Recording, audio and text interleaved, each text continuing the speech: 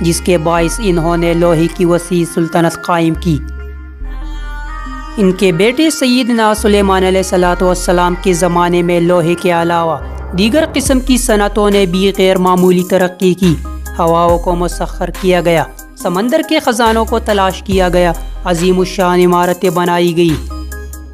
ان کی سلطنت میں سائنسی ترقی کا یہ عالم تھا کہ یمن جیسے ترقی یافتہ ملک کی ملکہ بھی ان کے محل میں پہنچ کر خود کو دیہاتی سا محسوس کرنے لگی۔ یہ ترقی اسرائیل سے نکل کر دیگر قوموں تک بھی پہنچی۔ اس دور میں مغربی ترکی لڈیا کی سلطنت اور مشرقی ترکی ایران کی ہخامنشی سلطنت کے زیر اثر آ گیا۔ 334 قبل مسیح میں اس علاقے کو یونان کی سکندر نے فتح کر لیا، مگر اس کے جانشین اتنی بڑی سلطنت کو سنبھال نہ سکے اور یہ ٹکڑوں میں تقسیم ہو گئی۔ اس کے بعد یہاں طویل عرصے تک یونان کی سلایوسی سلطنت کی حکومت رہی، جو 63 عیسوی تک قائم رہی۔ درمیان میں کچھ عرصے کے لیے ارمینیوں کی حکومت بھی یہاں قائم رہی۔ اس کے کچھ عرصے بعد رومیوں کو عروج نصیب ہوا اور ان کے فاتحین نے پورا اناطولیہ فتح کر کے اسے روم کا حصہ بنا دیا۔ ابتدا میں یہ ایک جمہوری حکومت تھی، لیکن بعد میں یہ بادشاہت میں تبدیل ہو گئی۔ انہوں نے ترکی کے علاوہ موجودہ شام، اردن، فلسطین اور مصر پر بھی قبضہ جما لیا۔ اسی دور میں سیدنا عیسیٰ علیہ السلام کی بعثت ہوئی۔ آپ علیہ السلام کے بعد آپ علیہ السلام کے ماننے والوں کی بڑی تعداد نے ترکی کو اپنا مسکن بنایا اور یہاں دعوتی و تبلیغی سرگرمیاں جاری رکھی۔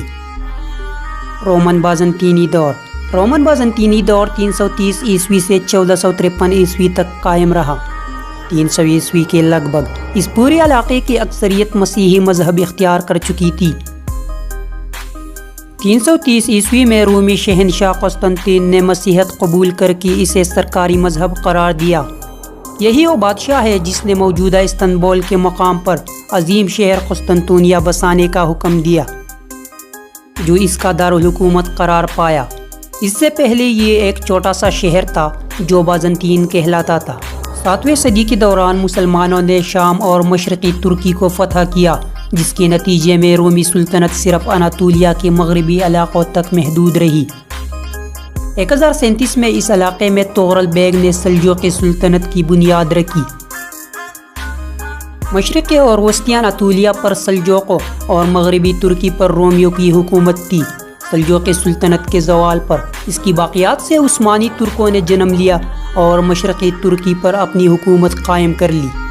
مسلمانوں نے ابتدائی فتوحات ہی میں موجودہ ترکی کی مشرقی علاقوں کو اپنے زیر نگی کر لیا تھا، لیکن اناطولیہ کی وسطی علاقے 9ویں صدی میں سلجوقوں کی آمد تک مسلم ریاست نہ بن سکی۔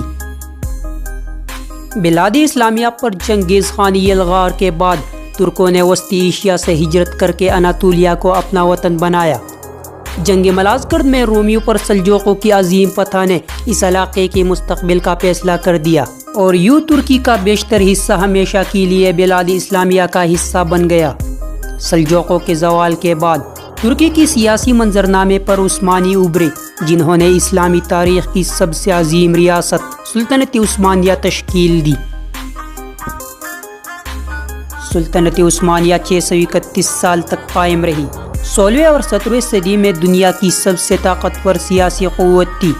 عثمانیوں کی فتوحات ہی کے نتیجے میں اسلام وسطی یورپ تک پہنچا اور مشرقی یورپ کا علاقہ عرصہ دراز تک مسلمانوں کے زیر اثر رہا۔ زوال کے بعد سلطنت عثمانیہ نے پہلی جنگ عظیم میں جرمنی کا ساتھ دیا اور بالآخر شکست کا کر خاتمے کا شکار ہو گئی۔ جنگ کے بعد طے پانے والی معاہدہ سیورے کے مطابق فاتح اتحادی قوتوں نے سلطنت عثمانیہ کو مختلف ٹکڑوں میں بانٹ کر آپس میں تقسیم کر لیا۔ 19 مئی 1919 کو ترکوں نے اتحادی جارحیت کے خلاف تحریک آزادی کا اعلان کیا، جس کی قیادت ایک عسکری کمانڈار مصطفیٰ کمال پاشا کر رہے تھے۔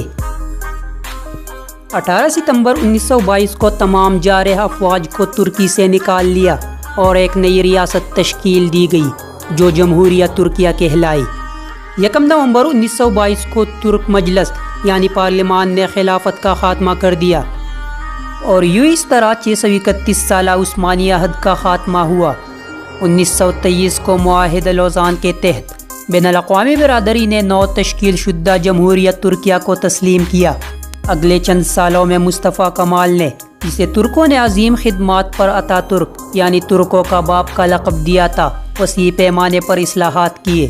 جدیدیت کے نام پر کی گئی یہ اصلاحات دراصل ملک کے مذہبی تشخص کے خاتمے کی کوشش تھی، جس میں ترکی زبان کی رسم الخط کی عربی سے لاطینی کی جانب منتقلی اور لادینیت اختیار کرنے کا اعلان قابل ذکر ہے۔ مصطفیٰ کمال، جنہیں عظیم خدمات کے صلے میں قوم نے اتا ترک کا خطاب دیا تھا، 1938 میں انتقال کر گئے۔ ان کے نائب عصمت انونو ملک کے دوسرے صدر بنے اور ان کی دور میں اتا ترک کی اصلاحات کو جاری رکھا گیا۔ دوسری جنگ عظیم میں ترکی غیر جانبدار رہا، لیکن آخری مراحل میں محض خیر سگالی کے طور پر اتحادیوں کا ساتھ دیا اور بعد ازاں اقوام متحدہ کا بانی رکن بنا۔ دوسری جنگ عظیم کے بعد اشتراکی بغاوت سے نمٹنے میں یونان کی مشکلات اور ترکی کی ابناؤ یعنی دردانیال اور ابنائے باسپورس میں عسکری اڈے قائم کرنے کے سوویت مطالبات کے نتیجے میں ترکی کا جھکاؤ امریکہ اور مغرب کی جانب ہو گیا۔ اس سلسلے میں مغرب کی جانب سے بڑے پیمانے پر ترکی کی عسکری و اقتصادی مدد کی گئی۔ کوریائی تنازع میں اقوام متحدہ کی افواج میں شرکت کے بعد 1952 میں ترکی نے شمالی اوقیانوسی معاہدے کی تنظیم نیٹو میں شمولیت اختیار کی۔ جولائی 1974 میں قبرص یعنی سائپرس میں ترک مسلمانوں پر مسیحی یونانی آبادی کی وسیع مظالم پر ترکی نے قبرص میں جارحیت کی، جس کے نتیجے میں ترک جمہوریہ شمالی قبرص قائم ہوئی، جسے اب تک ترکی کے علاوہ کسی نے بھی تسلیم نہیں کیا۔ آج بھی قبرص کا جزیرہ دو حصوں میں منقسم ہے۔ ترکی آئین کے تحت مسلح افواج کو ترک آئین و ملکی سلامتی کا محافظ قرار دیا گیا ہے۔ اس طرح فوج کو مختلف مواقع پر بغاوت کر کے جمہوریت کو تہ و بالا کرنے کا موقع ملا ہے، اور انہوں نے متعدد بار جمہوری حکومتوں کا تختہ الٹ دیا ہے، جن میں 1960 کی بغاوت سب سے اہم ہے، جو وزیر اعظم عدنان مینڈریس کی اصلاحات کے خلاف تھی، جنہوں نے ملک کو لادینیت کے نئے مفاہیم سے روشناس کرایا اور مذاہب خصوصاً اسلام پر لگائی گئی بے جا پابندیاں اٹھائی۔ فوج نے اقتدار پر قبضہ کر کے عدنان اور ان کے ساتھیوں کو تختہ دار پر چڑھا دیا۔ 1982 میں ترکی میں نیا آئین نافذ کیا گیا۔ 1989 میں فوجی سربراہ کی جگہ ترغت اوزال صدر بنے۔ صدر اوزال نے ترک معیشت کو جدید خطوط پر استوار کیا اور بین الاقوامی سطح پر ترکی کے رتبے کو کافی بلند کیا، اور چند سال بعد 1993 میں اس کی انتقال ہو گئی۔ مئی 1993 میں وزیر اعظم سلیمان دیمریل صدر منتخب ہوئے۔ جون 1993 میں سابق وزیر معیشت تانسو چیلر سلیمان کی جگہ راہ حق پارٹی کی سربراہ منتخب ہو گئی، اور ترکی کی پہلی خاتون وزیر اعظم بنی۔ 18 اپریل 1999 کو ہونے والی قومی اور بلدیاتی انتخابات کے نتیجے میں جمہوری بائے پارٹی، مادر وطن پارٹی اور دولت باد چلی کی قوم پرست ایکشن پارٹی کے اتحاد نے حکومت بنائی، جس میں بیلند ایجوت وزیر اعظم بنے۔ ترکی کی آئینی عدالت یعنی سپریم کورٹ کے سابق سربراہ احمد نجدت سیزر کو 5 مئی 2000 کو ترکی کا صدر منتخب کیا گیا۔ انہوں نے 16 مئی کو اپنے عہدے کا حلف اٹھا لیا۔ اس حکومت نے پہلی ہی برس آئینی و اقتصادی اصلاحات کے لیے ایک منصوبہ بنایا۔ اس میں وہ نکات شامل تھے جن کے باعث یورپی اتحاد میں ترکی کی رکنیت کے امکانات بہتر ہو جاتے، لیکن ان اصلاحات کو عملی شکل دینے کے بارے میں حکومت کی صلاحیت سے متعلق شکوک کے ساتھ ساتھ اقتصادی جعل سازی کے باعث فروری 2001 میں ترکی ایک اقتصادی بحران میں پھنس گیا۔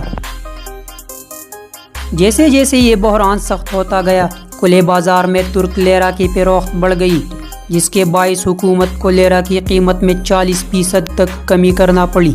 ساتھ ہی سود کی شرح اور اشیائی صرف کی قیمتوں میں تیزی سے اضافہ ہونے لگا اور روزگار کے مواقع بھی کم ہونے لگے۔ اس بحران کا اثر جن دیگر معاملات پر پڑا، ان میں اقتصادی استحکام کے لیے بلند ایجوت حکومت کے بے نظیر اقدامات، اور بین الاقوامی مالیاتی فنڈ کے 11 ارب ڈالر کے قرضے کی مدد سے چلنے والا مہنگائی توڑ پروگرام سرپرست تھے۔ تاہم حکومتی اتحاد میں کشیدگی چلتی رہی۔ عالمی مالیاتی فنڈ IMF کی شرائط، بالخصوص سرکاری اداروں کی نجکاری، سیاسی اصلاحات کی سست روی تنازعات کی سب سے بڑی وجہ تھی۔ مئی 2002 میں خرابی صحت کے آثار سامنے آنے کے باوجود بلند وجود کی مستعفی نہ ہونے کے باعث وزیر اعظم کی اپنی جمہوری بائے پارٹی کے 60 ارکان اسمبلی، نائب وزیر اعظم اور وزیر خزانہ سمیت کئی وزراء نے بھی استعفے دے دیے۔ ان استعفوں کے ساتھ ساتھ حزب اختلاف کی دونوں جماعتوں اور حکومتی اتحاد میں شامل دیگر جماعتوں کی طرف سے دباؤ کے نتیجے میں ترک پارلیمان کو مقررہ وقت سے 18 ماہ قبل 3 نومبر 2002 کو نئے انتخابات کرانے کا فیصلہ کرنا پڑا۔ ان مالیاتی گپلوں، نظم و نسق میں کمزوری اور بدعنوانی کے باعث سیکولر طبقوں کی ساکھ شدید متاثر ہوئی۔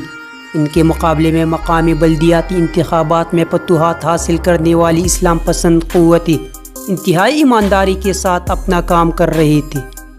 یہی وجہ ہے کہ ریپا پارٹی کے بعد ان سے نکلنے والا ایک شاخ عدالت و ترقی پارٹی نمایاں ہو کر سامنے آیا، اور اس نے مسلسل 2 انتخابات جیت کر اب تک دائیں بازو کی سب سے بھرپور قوت کے طور پر ابھری ہے۔ 2002 اور 2007 کے انتخابات میں کامیابی حاصل کرنے والی عدالت و ترقی پارٹی نے آخری انتخابات میں سادہ اکثریت حاصل کر لی۔ اس وقت رجب طیب اردوان صدر ہے۔ 2002 کے انتخابات کے موقع پر انصاف و ترقی پارٹی کی سربراہ رجب طیب اردوان کو 1998 میں اپنی ایک تقریر میں اسلام کے حق میں کلمات ادا کرنے کے باعث انتخابات اور وزارت عظمیٰ کے لیے نااہل قرار دیا گیا۔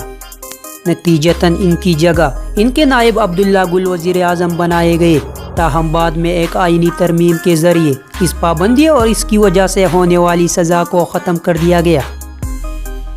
9 مارچ کو ایک ضمنی انتخاب کے ذریعے طیب اردوان پارلیمنٹ کے رکن منتخب ہوئے اور ان کو حکومت میں لانے کی خاطر عبداللہ گل وزارت عظمیٰ سے دستبردار ہو گئے۔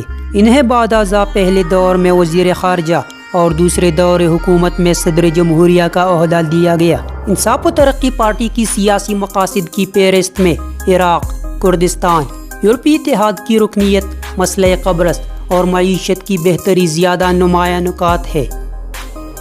مارچ 2004 میں انصاف و ترقی پارٹی نے بلدیاتی انتخابات میں 42% ووٹ حاصل کر کے اپنی پوزیشن مستحکم کر لی۔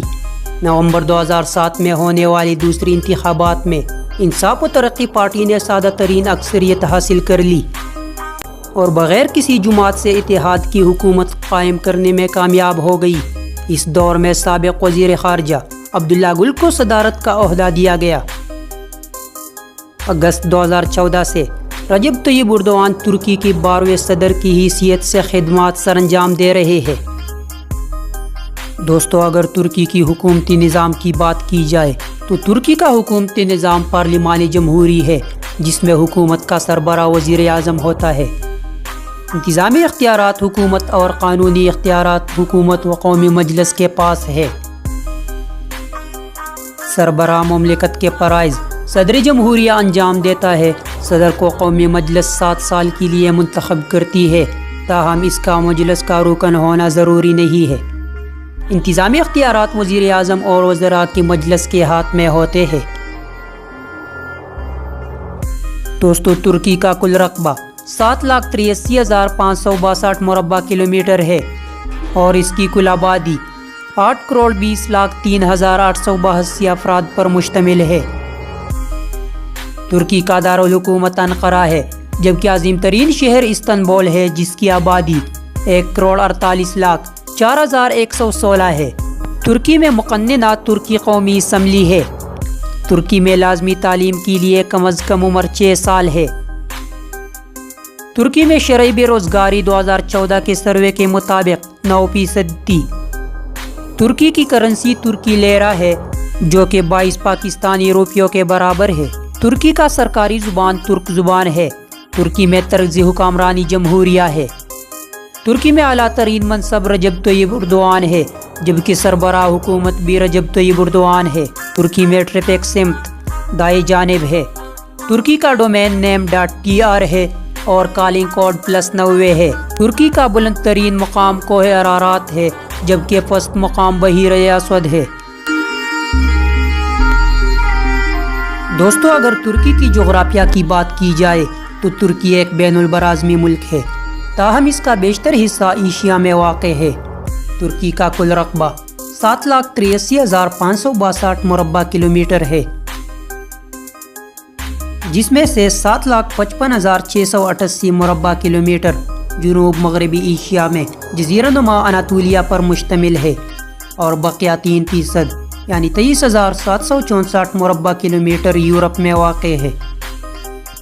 ترکی کی زمینی سرحدیں 2,573 کلومیٹر اور ساحلی سرحدیں 8,333 کلومیٹر ہے۔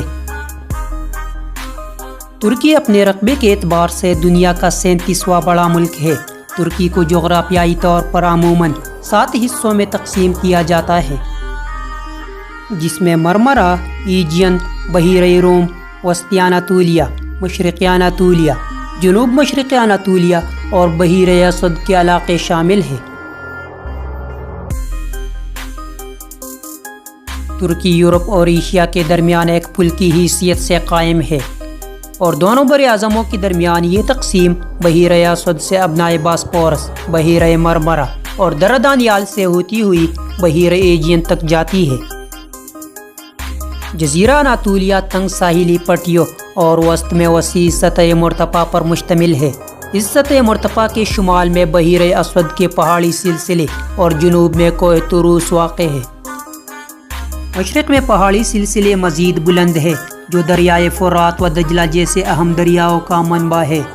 اس کے علاوہ ترکی کی سب سے بڑی جھیل وان اور سب سے بلند پہاڑ کوہ ارارات، جس کی بلندی 5,137 میٹر، یہ بھی مشرقی علاقوں میں واقع ہے۔